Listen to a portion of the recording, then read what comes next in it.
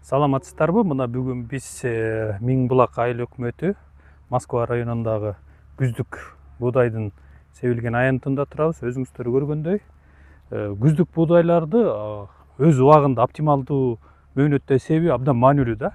Себеби дегенде биз мына ошо октябрдын 15-ине чейин күздүктөрдү сээп бүтүшүбүз керек. Тилекке каршы быйыл чүй зонасында башка региондорубузда жаан чачындын түшпөй калганына байланыштуу топурак аябай кургакыраак болуп атат да.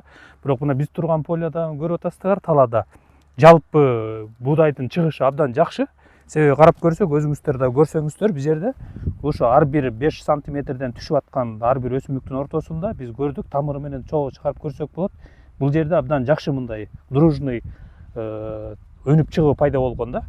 Себеби дегенде бул күздүк буудайдын эң бир негизги багыты кыш келгенге чейин түптөнүү фазасынан өтүп кетишибиз керек да. Эгерде түптөнүү фазасына өтпөй калсак, анда жазында түшүмдүн анча жакшы болбой калгандыгын билдирет. Ошон үчүн сөзсүз түрдө биз жанагы айдап сөбүү мөөнөттөрүн так өз убагында бүтүрүшүбүз керек. Эгерде биз илимий тил менен айтканда оптимальный срок посева деген бул түшүмдүүлүктү бир 30%га өйдө жогорулатуу деген сөздү айтат да. Ошон үчүн сөзсүз түрдө мына дыйкандарга пайдаланып, ушундай өз мөөнөтүндө сээп, күздүк буудайдын түшүмү дагы абдан жаздыкка салыштырмалуу эң жогору болот. Себеби дегенде жазда эрте келгенде, жаздагы кыштагы нымдуулукту эрте сүрөт дагы, анан биз башка өсүмдүктүн вегетациясындагы өсүп бүтүү фазасы абдан жакшы өтөт да.